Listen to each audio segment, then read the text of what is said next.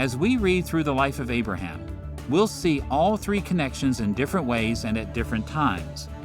Moses connected that world of Abraham's life to their world, the world of his original audience, by giving them the historical backgrounds of their experiences, by providing them with models to follow and reject, and by showing how Abraham's life foreshadowed many of their experiences.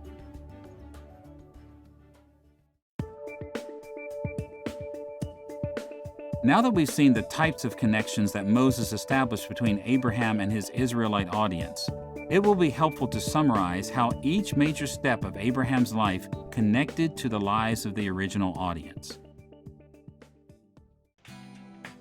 You'll recall that Abraham's life divides into 5 symmetrical steps.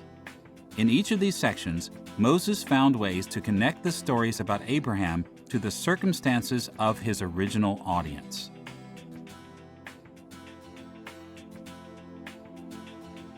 First, Moses told about Abraham's background and early experiences in ways that connected to the background and early experiences of the people who had followed him out of Egypt. Both Abraham and Israel descended from the same family, and both Abraham and Israel had been called by God to inhabit the land of Canaan. So Moses gave historical backgrounds, set up Abraham as a model, and even showed ways that Abraham's life foreshadowed the experiences of the original audience. Second, Moses also described Abraham's early interactions with others in ways that connected to his audience. He spoke of how Abraham interacted with Egyptians because Israel interacted with Egyptians in their day. He spoke about Abraham and Lot because Israel interacted with descendants of Lot, the Moabites and the Ammonites.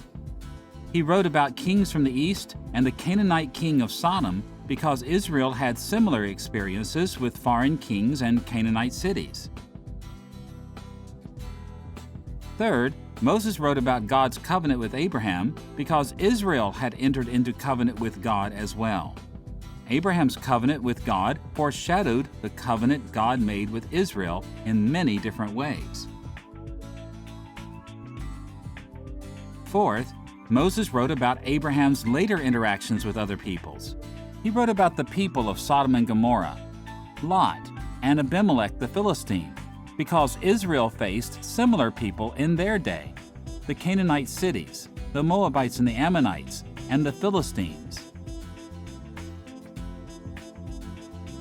And fifth, Moses wrote about Abraham's progeny and death in a way that connected with his Israelite readers.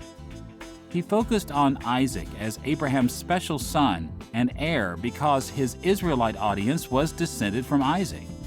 He drew attention to the burial ground for Sarah because that ground was in the land God promised to Israel. He drew attention to other sons of Abraham who were not Abraham's heirs, especially Ishmael, because Israel had to deal with the Ishmaelites in their day. So we see that as Moses wrote about Abraham, he drew many different connections between his stories and the experiences of his Israelite audience. And he did this in order to provide significant guidance for the Israelites as they followed him toward the Promised Land.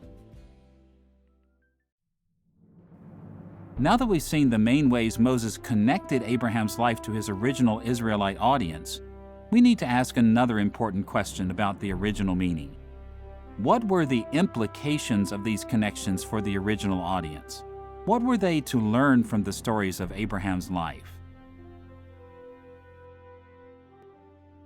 There should be little doubt that when people take time to write a history as complex as Abraham's life in Genesis, they have all kinds of motivations and goals. They want their story to have multiple impacts on their audiences. In fact, when Moses wrote the life of Abraham, his intentions were so manifold that it's impossible to decipher them all completely, much less to state them in just a few sentences. At the same time, it is possible to summarize the chief implications Moses hoped his original audience would draw from his stories about Abraham. We'll explore the original implications of the life of Abraham in 3 steps. First, we'll describe the basic impact that these stories were designed to have on the original audience. Second, we'll see how the impact of these stories unfolds in the four major themes of Abraham's life. And third, we'll summarize the original implications of each of the 5 steps in Moses' stories about Abraham. Let's look first at the basic impact these stories were designed to have. In very general terms, it helps to summarize the purpose of Abraham's story in this way. Moses wrote about Abraham to teach Israel why and how they were to leave Egypt behind and to continue toward the conquest of the Promised Land. In other words, by seeing the historical backgrounds of their lives in Abraham, by finding models or examples to follow and reject in the stories of Abraham, and by discerning how his life foreshadowed their lives, the Israelites following Moses could see the ways they were to pursue God's purpose for them.